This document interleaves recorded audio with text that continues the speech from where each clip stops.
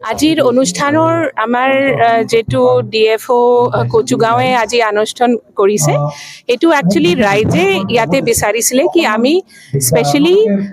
মানুহ আৰু হাতীৰ যেটো এটা আমাৰ এটা কনফ্লিক্ট সিচুৱেশন আছে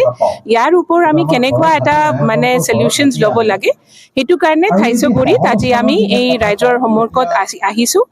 আৰু আমি অকল ফৰেষ্ট ডিপাৰ্টমেন্ট আহা নাই আমি বেলেগ ষ্টেক হোল্ডাৰ্স যেনেকুৱা এনজিও সকল বা আমাৰ এসএসবি বা আমাৰ ইকো টাস্ক ফোৰ্স বা আমাৰ এগ্ৰিকালচাৰ আৰু ভেটেনাৰি ডিপাৰ্টমেন্ট এখিনিকো আমি ইয়াতে মাতিছো আৰু আমি আজি শুনিবলৈ আহিছো কি অসুবিধা আছে বহুতখিনি অসুবিধাই আমি সলভ কৰিবলৈ সক্ষম হৈছো বহুতখিনিত হোৱা নাই এখিনিত আমি আজি এইখিনিক লৈ আমি আগবাঢ়িম দেখা গৈছে যে হাতী যি আক্ৰমণ চলাই বা জনাঞ্চলত আহে তেতিয়া কিন্তু জীৱন আৰু সম্পত্তিৰ নষ্ট হয় সেই জীৱন আৰু সম্পত্তিৰ ইয়াৰ সৰকাৰ যি সুবিধা দিব লাগে সময়মতে তাৰা নাপায় বলে অভিযোগ কৰিছে এই বিষয়ে কি হয় এটো হ'ব পাৰে কেনে হেতু আমাৰ মানে আমাৰ যেটো মানুহ আৰু হাতীৰ যেটো সংঘাত আছে ইয়াতে আমাৰ গভৰ্নমেন্টৰ বহুতখিনি প্ৰসিজাৰ্স আছে ইতিমধ্যে ৰিসেন্টলি আমাৰ যেটো এক্সক্ৰেচিয়া আমি কওঁ যেতিয়া মানুহে যদি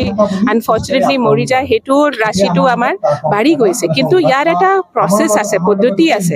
আৰু ইয়াতে আমাৰ মানে ডিপাৰ্টমেন্টৰ পৰা হেতু সেন্ট্ৰেলত যায় তাৰ পিছত হেতু মানে স্যাংশন হয় কিন্তু হেতু মই মানি লৈছো স্বীকাৰ কৰিছো কি এইখিনি আমি যিমান পাৰো সোনকালে যদি দিব পাৰো এটো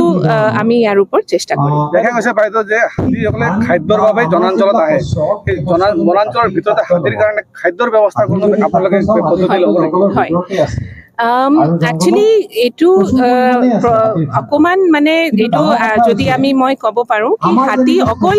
খাদ্যৰ কাৰণে নাহে হাতীৰ এটো আগত এটো ৰাস্তা আছিল আপোনালোকে জানে যেটো আমি এলিফেন্ট কৰিডৰ কওঁ কেনে সেই গোটেই অঞ্চলটো আগতে ৰিপুচিৰাং এলিফেন্ট ৰিজাৰ্ভ আছিল তো এই হাতীটো এটোই চিনি পায় কি এটো মোৰ ৰাস্তা আছিল এতিয়া হাতী বাহিৰত আহে ডেফিনেটলি কিন্তু ভিতৰতো জংগলত আমাৰ যেটো আমাৰ ঘাঁহ হোক বা আমাৰ যেটো